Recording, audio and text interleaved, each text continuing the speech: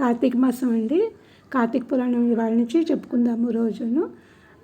ఇదేంటంటే కార్తీక పురాణంలోను సౌనకాదులకు సూతుడు కార్తీక పురాణం చెప్పడం అనమాట. అందులో ఏంటంటే ఒకసారి నైమిసారణ్యంలోనే ఈ పురాణాలన్నీ కూడా మునులు చెప్తూ ఉంటారనమాట. ఈ నైమిసారణ్యంలో సౌనకాది ముందు కూడా ఈ సూతుడి దగ్గరికి వచ్చి కార్తీక పురాణం వినాలని ఉంది అని అడుగుతారనమాట.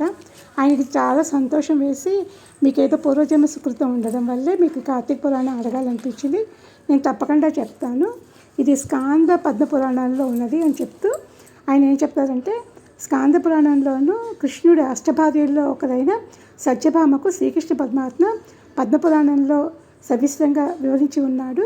అది కూడా వశిష్ఠ ప్రోక్తమైన కార్తీక మహత్యమును వినిపిస్తాను అని చెప్పసాగారనమాట. వశిష్ఠ మహర్షి ఎట్లా చెప్పారు ప్రవచనం అనేది ఆయన చెప్తారనమాట. ఇది మొట్టమొదటి ఏంటంటే, మనం లేవంగానే సూర్యుడు రాకుండానే స్నానం చేసేయాలి. అదేంటంటే నది వాపి కూపు తటాకాది జలాశయాల్లో కానీ వాటిల్లో కానీ సూర్యుడు రాకుండా చేయాలి. కార్తీక వ్రతం ఎలా ఆచరించాలంటే, తుల సంక్రమణ నుంచి కానీ కార్తీక శుద్ధ పాడ్యం నుంచి కానీ ఈ వ్రతం సాగించాలి అని చెప్తారనమాట ఆయన. ఇప్పుడు ఏంటంటే స్నానం చేసేసిన తర్వాత నది కుటాల్లో కానీ, అదే కనుక నదికి వెళ్ళడానికి వీలు లేని వాళ్ళకి ఇంట్లోనే బాత్రూంలోనే మనం మామూలుగా గంగే యమున గోదావరి అనుకుంటూ స్నానం చేయాలన్నమాట. ఈ స్నానం అంతా చేసేసిన తర్వాత విష్ణాలయానికి కానీ శివాలయానికి కానీ వెళ్ళి దీపం పెట్టుకోవాలి.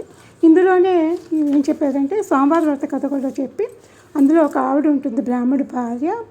ఆవిడ ఏంటంటే ఆ బ్రాహ్మణ్ణి కూడా వధించి కుక్క జన్మ ఎత్తి ఎలాగ మంచిగా అయింది అనేది కూడా చెప్పారనమాట.